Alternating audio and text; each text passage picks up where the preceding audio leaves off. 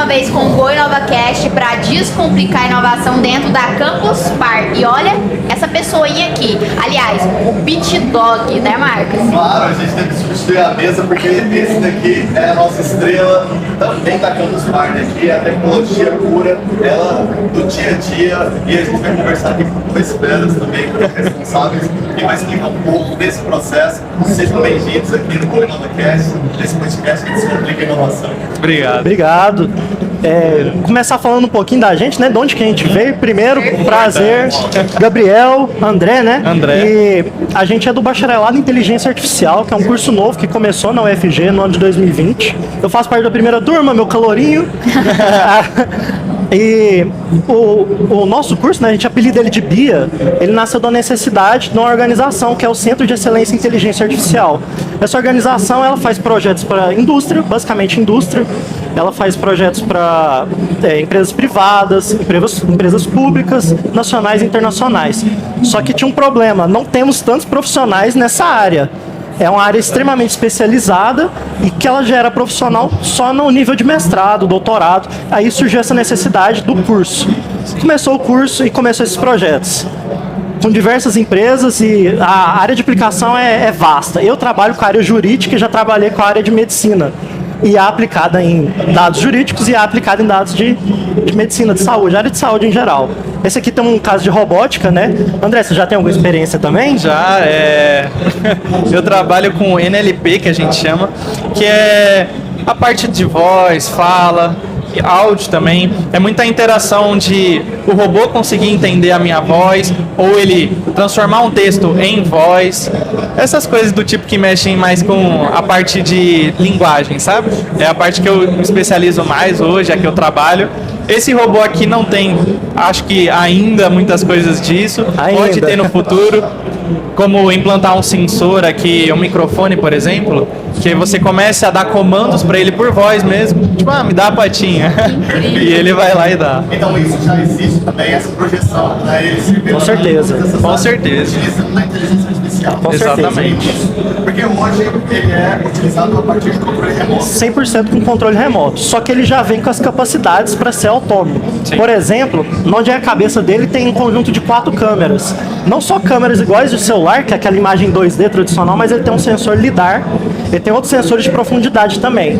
Ou seja, ele consegue mapear a região. Sim. Do lado aqui na barriguinha dele, tem dos dois lados também, algumas câmeras, e debaixo dele também. As patinhas, que é essa partezinha de plástico, tem um sensor para sentir a pressão em qual que é o solo. Aí a gente tem os dados, tem expertise para fazer inteligência, é só ver o que vai acontecer.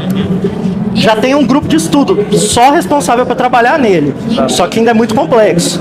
A gente não encontra nada de informação, documentação, aí nós faz do zero, do início. Tipo assim, o futuro que eu imagino que pode ser para ele, né? Existe vários caminhos, mas uma vertical seria para ele ser um cachorro de pessoas com problemas visuais, deficiência visual. Perfeitamente. Principalmente se conseguisse conectar ele com voz, por exemplo, para ele reconhecer se tá vindo uma pessoa próxima, de tipo, sua mãe tá vindo, seu pai tá vindo e tudo mais, e conseguir também se comunicar, porque eu imagino que o deficiente visual, que ele quer ser independente, caminhar na rua e tudo mais, ele poderia traduzir para ele tudo, seus olhos, né? Porque o cachorro, de certa forma, ele supre essa necessidade atualmente, mas eu fico com uma certa dó do cachorro ser condicionado desde pequenininho a viver a vida daquele adulto. Então a gente pega e coloca um robozinho ali, ele pode ter tirar essas limitações da fala, de conseguir traduzir seus olhos das pessoas. E seria muito incrível isso. É uma aplicação totalmente possível se já não existe, né? Lá nos Estados Unidos tem uma empresa militar chamada Boston Dynamics, que ela faz uns cachorros bem parecidos com esse. Com certeza já tem uma aplicação nesse rumo. E é muito interessante porque, você colocou muito bem, as pessoas com deficiência, elas querem ser independentes, elas querem viver como uma pessoa normal, né? Isso aqui é totalmente capaz de proporcionar essa experiência. Ele consegue enxergar, colocar uma câmera especial de 360 aqui em cima não é difícil, já existe. Ou colocar um sensor de áudio, um microfone é totalmente fácil. Amarrar uma coleirinha nele, né? É totalmente possível. E não é difícil. E até porque hoje a gente tem assim, com as inteligências artificiais vindo se desenvolvendo cada vez mais, a gente tem as linguagens naturais que estão aparecendo de uma forma surreal, né? E de forma muito rápida e acelerada, e que podem ser adaptadas, se a gente até ver esses tempos atrás, foi um evento, tinha um um robô enfermeiro. Sim. E ela, inclusive, conseguia identificar a temperatura da pessoa, ver pela voz se a pessoa estava triste, cantasse uma música, enfim, esse tipo de aplicação. E a inclusão pela tecnologia, né? Como a tecnologia vem conduzir, como esse ambiente inovador aí conduzir. Agora eu queria assim, voltar no início de como iniciou esse processo, qual que foi a razão do início desse robô em específico. Vocês gostavam de outros tipos de bot naquela época, ou não foi esse daqui? E qual que era a aplicação que vocês queriam? Era mais um teste? Era mais ver aonde eram as potencialidades da robótica em si? Ou existia algo além que vocês estavam prevendo? Posso responder? Pode, à vontade. Olha o calor. Vai lá, calor, eu autorizo. Em minha defesa, eu não sou mais calouro. Agora temos uma turma nova entrando esse ano. Não, então peraí, então você é calouro dele e você vai ter os seus calouros. Eu já tenho agora Já meus tem, calouros. Eles começou estão aqui, agora. inclusive. Bem, a princípio, esse robô a gente comprou para conseguir desenvolver os projetos. Como a gente explicou que tem uns sensores aqui laterais, na frente, tudo mais, eles utilizam uma técnica de inteligência artificial que a gente chama visão computacional. É um pouco intuitivo. É como fazer o computador enxergar como se fossem os nossos olhos. Ele consegue reconhecer pessoas, traçando a partir do ponto médio dela, coisa do tipo. Consegue reconhecer objetos. E então foi mais para isso que a gente pegou. Poxa, a gente consegue ter algo que seja dinâmico, como um cachorro, que consiga fazer várias coisas de ar nele. Conseguimos. E esse robô aqui é incrível. Pensa no reconhecimento de territórios inóspitos. Você às vezes precisa colocar uma pessoa para estar num lugar que as condições climáticas podem ser muito quentes ou muito frias. Você pode colocar esse robô para fazer uma missão e coletar dados, que são até mais eficientes por conta dos sensores do que uma pessoa manualmente fazendo e coisas do tipo. E a partir disso a gente sentiu a necessidade de, poxa, vamos ter uma tecnologia que pareça muito inovadora? Não é todo mundo que ter um cachorro robô por aí. E a gente acabou ficando até feliz, porque além dele ser utilizado para a gente poder desenvolver nossas técnicas de ar, a gente viu que ele é um ótimo marketing. A gente anda com ele por aqui e todo mundo para olhar, a criançada fica feliz. E eu acho que isso traz um pouco mais da visão de futuro verdadeira, que na nossa época a gente passava a mão em cachorro que não era robô. Agora as crianças estão começando a ter um contato com um robô cachorro. Isso, ao longo prazo, eu acho que é algo incrível, porque vai mostrando como a tecnologia vai estar cada vez mais perto da gente, entende? Perfeito. Não, e assim, como que é pra vocês, assim, dois estudantes, vocês ainda estão estudantes, vocês estão representando realmente algo extremamente disruptivo e inovador. Eu vou pra São Paulo e escuto falar, eu sempre falo, gente, a gente tem um curso incrível aqui, foi o primeiro do Brasil. Como você tem quantos anos? Eu tenho 22. Tenho 22. 22 anos e vocês carregando, como que é essa responsabilidade? O BIA, o nosso curso, né, ele começou nessa necessidade, mas também ele começou com uma proposta disruptiva, que é por que o aluno ele tem que ficar lá lendo teoria, resolvendo provinha de cálculo o tempo todo? Vamos jogar ele e ver, se vira nos 30, né? E é assim desde o início do curso. No primeiro período eu já fazia parte dos tais de projetos de pesquisa. São os projetos que a gente vai receber bolsa e trabalhar com alguma empresa. A gente vai ter um processo de imersão. Eu trabalho na área jurídica, nessa área de medicina, estou algum tempo nessa e trabalhando principalmente com essa tal de NLP, que é o processamento de linguagem natural. E também envolvendo o tal do chat GPT, né? Todo mundo conhece hoje em dia. E vai surgindo essas oportunidades.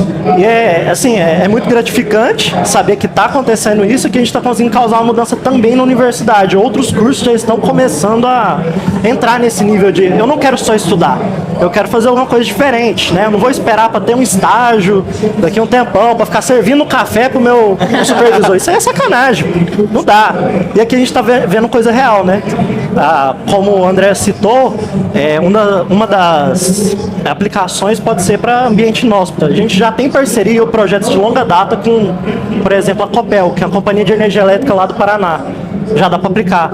A gente tem parceria agora com a Volkswagen, dá para aplicar. São N empresas que têm necessidade, precisa de gente capaz de fazer e eles estão treinando a gente para ser capaz. Você falou um negócio super legal que eu acho que é isso mesmo. Quando a gente traz uma tecnologia muito disruptiva e coloca ela aplicada, automaticamente pessoas começam a se conectar e ver que aquilo é possível. Então, você traz a discussão junto com um plano de gente. Vocês têm percebido que você tem outros cursos, né? Você tem começado a querer também aplicar coisas, mas você tem percebido que pelo marketing do BitDog, ele conseguiu atrair pessoas e fazerem elas brilharem o olho para uma área que elas ainda nem sabiam que existia, que seria ótimo com inteligência artificial. Sem sombra de dúvidas. Como eu disse antes da gente começar a conversa aqui, né, que eu levei ele para um shopping em Brasília, aí chegou, né, tava eu e um amigo meu, chegou uma criancinha falando: titio, quando eu crescer eu quero ser cientista igual você. Nossa, ele encheu o olho de lágrima. Nossa, a gente levou pro resto da viagem. Ficou, nossa, como é que pode, né? A gente está realmente mudando vidas. E pode ser uma criancinha, pode ser um adulto, um senhor, né, que é empreendedor, quer inovar, ele não quer ficar parado, estagnado. São diversas situações dessa que a gente vê que está causando essa mudança. É todo dia. Aqui vai acontecer igual a minha outra, né? Uma criança vai falar que quer ser cientista. Que incrível. E eu tô pensando aqui agora, vocês estão fazendo ações dentro de escolas públicas e tudo mais, levando eles ou ainda não? A gente já fez. Você lembra qual escola a gente foi, André? A gente leva ele em eventos assim, comumente, principalmente evento que recebe muito escola pública, por exemplo, as competições de robótica. Mas a gente já levou em escola pública só para levar para visitar. A gente queria levar para hospital de câncer, hospital para criança. Só que é meio complicado. É difícil levar, marcar. Coisa muito técnica, assim, claro, mas depois eu vou fazer uma pergunta mais profunda um pouco. Mas a primeira parte técnica, quanto tempo a bateria dele dura? Vocês têm que carregar durante o dia, né? Ela tem que recarregar, como funciona essa questão de duração? Você está mais por dentro. Nossa. Esse cachorro, ele tem uma bateria que dura, a gente considera pouco, mas ao mesmo tempo muito. Pouco pelo tempo mesmo, é mais ou menos 1h30 de atuação, mas isso depende muito do esforço. Como a gente já mostrou por aí, esse cachorro ele pode pular, dançar, levantar a pata. Só que Quero isso... ver. Não, deixa ele terminar, deixa ele terminar. Só que isso exige bastante dele. A gente aqui tem pelo menos uns 8 servomotores em cada motor aqui, e eles consomem muita energia. Embora o hardware, tecnicamente falando, seja muito bem feito. Porque para uma bateria que é mais ou menos desse tamanho, poxa, ele conseguir pular e fazer essas coisas, para quem entende um pouco de robótica, caramba, como ele faz tudo isso gastando tão pouco? Então, por mais que a gente diga, pô, dura 1 hora, mas ele faz coisas muito eficientes. E a gente também pretende comprar baterias recarregáveis, mais coisas do tipo. Então acaba que a bateria não se torna um peso, porque a gente tem extra, deixa uma carregando enquanto ele opera, mas ainda, pelo jeito que ele é feito, ele não consegue tirar a bateria e se recarregar. Como aquele robozinho de casa que limpa, sabe, que volta para a base. Esse aqui ainda não volta. Mas tudo questão de modificar um pouco o hardware e colocar uma coisa bem simples, que é ele voltar à rota que ele fez. Então, E agora vamos lá, eu quero ver esse cachorro dançando. Calma aí que eu vou gravar aqui também. Ó, Então, como ele tá parado tem um tempinho, a bateria dele já descarregou o suficiente para ele não poder sentar. Porque pode ser que ele caia. Eu vou colocar ele para dançar. tá, beleza. Pode ir lá? Pode ir lá.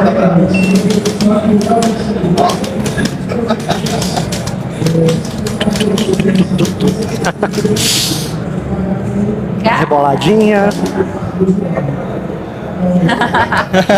Zé é funk. A melhor parte é quando as crianças juntam em volta e dançam a mesma coisa que ele faz. Ai, que lindo. Ele começa a pular, as crianças pulam, tudo sincronizado. aliás, falando isso das crianças, é interessante ver que, além dessa de que, eu quero ser um cientista um dia, que é algo muito lindo de se ver, né? A gente percebe também a aceitação das crianças. As que são mais novinhas, bebê, ainda anda de mão dada com o pai, elas geralmente têm uma aversão. O robô chega perto, ela fica meio assustada por ser algo muito novo. Mas você vê que as crianças que já são mais um pouco autônomas, conseguem andar sozinhas, elas perguntam, eu quero um desse. Posso passar a mão. Entende? Pode montar? Então é algo bem bonito de se ver, sabe? É muito legal. E realmente, assim, como eu te falei, traz uma nova perspectiva pra gente, como sociedade, como aplicações e tudo mais. E claro, eu não poderia deixar de fazer mais uma pergunta, porque como vocês estão dentro dessa área, precisando o tempo todo, vivendo nesse mundo, aonde que vocês conseguem ainda visualizar um futuro para a robótica junto com a inteligência artificial? O que seria interessante? O que vocês já conseguem projetar hoje como algo palpável que vai melhorar muito a nossa vida como sociedade? Quer dar o primeiro chute aí? Ou você quer que eu...